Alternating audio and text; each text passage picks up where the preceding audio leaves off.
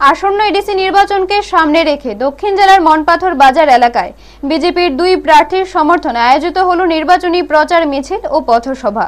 ২৬ বীরচন্দ্র কলসি কেন্দ্রের বিজেপি প্রার্থী সঞ্জীব রিয়াং এবং ২২ কাঠালিয়া রাজাপুর মির্জা কেন্দ্রের প্রার্থী পদ্মলোচন ত্রিপুরার সমর্থনে এই কর্মসূচি গ্রহণ করা হয়।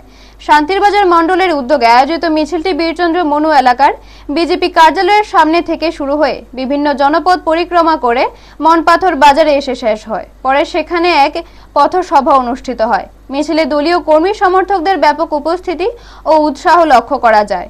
এই কর্মসূচিতে উপস্থিত ছিলেন রাজ্যের অর্থমন্ত্রী প্রাণজিৎ সিংহ রায়, বিধায়ক প্রমোদ রিয়াং, শান্তিরবাজার মণ্ডল সভাপতি দেবাশিস ভৌমিক সহ দলের একাধিক নেতাকর্মী। উপস্থিত ছিলেন দুই প্রার্থী পদ্মলোচন ত্রিপুরা ও সঞ্জীব রিয়াংও। পথসভায় বক্তব্য রাখতে গিয়ে অর্থমন্ত্রী প্রাণজিৎ সিংহ রায় এডিসি প্রশাসনের সমালোচনা করেন। তিনি অভিযোগ করেন, বর্তমান প্রশাসনের সময়ে দুর্নীতি বেড়েছে, পাশাপাশি উন্নয়নের স্বার্থে বিজেপি প্রার্থীদের জয়ী করার আহ্বান জানান। ব্যুরো রিপোর্ট, নিউজ তৎকাল 24। প্রমোদানি ক্যান্ডিডেট দেবেন্দ্র সিং হচ্ছে গাঁজা ব্যাপারী। উনি গাঁজা বেপারি করে 3 মাস জেল হয়েছে গাঁজা বেপারি করে। ওনার চরিত্র সম্পর্কে আমি বলতে চাই, আগামী 17 তারিখে ওরা যদি বিজয় করে তাহলে মুসলমানদেরকে খাওয়াবে শুকরের মাংস আর জনজাতিদের খাওয়াবে বলে গরুর মাংস। এবং সে যত দুর্নীতি হয়েছে, যেহেতু সে অফিসার, সে যত দুর্নীতি করেছে সে দুর্নীতির আখ্যা আজকে এডিসির প্রতিটা রন্ধে রন্ধে প্রতিটি নেতৃত্বের গোড়ায় গিয়ে পৌঁছেছে। আর তার নায়ক সেই মতা সুপ্রিমোর নির্দেশে ওই সিটে যে মতিয়া সেটা করেছে। দিয়েছে আজকে আপনাদের দলে, কি বলবেন?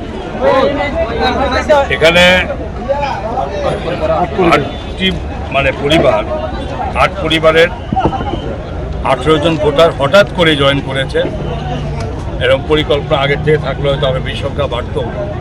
তো ব্যাপার হচ্ছে কি, এটা আমি তাদেরকে স্বাগত জানাচ্ছি এবং এটাও ঠিক পাশাপাশি অ্যাকচুয়ালি সারা রাজ্যব্যাপী যেভাবে মাননীয় মুখ্যমন্ত্রী, আমাদের প্রদেশ সভাপতি, অন্য নেতৃত্ব যখন যেখানে যায়, যে সমস্ত এই নির্বাচনী ভাষণে যায়, সেখানে ক্রমান্বয়ে শত শত পরিবার জয়েন করছে এবং সব কিছু অধিকাংশ 80% মতা নামের সমস্ত সমর্থকরা তাদের অত্যাচার, তাদের দুর্নীতিতে ইতস্তত তারা ভারতীয় জনতা পার্টির পক্ষে করেছে।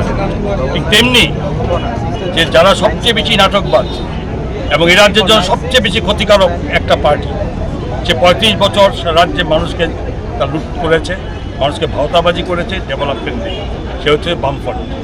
বামফ্রন্টের থেকেও বাকি মানুষ আমাদের জয়েন করছে। মুখে বলবো অনেক কিছু, তাহলে তো ধরুন না মাঝপথে একটা ইচ্ছা আছে যে মথা ভার্সেস বিজেপি ঝগড়া, মাঝখানে আমার লাভ, ওইসব লাভ নেই।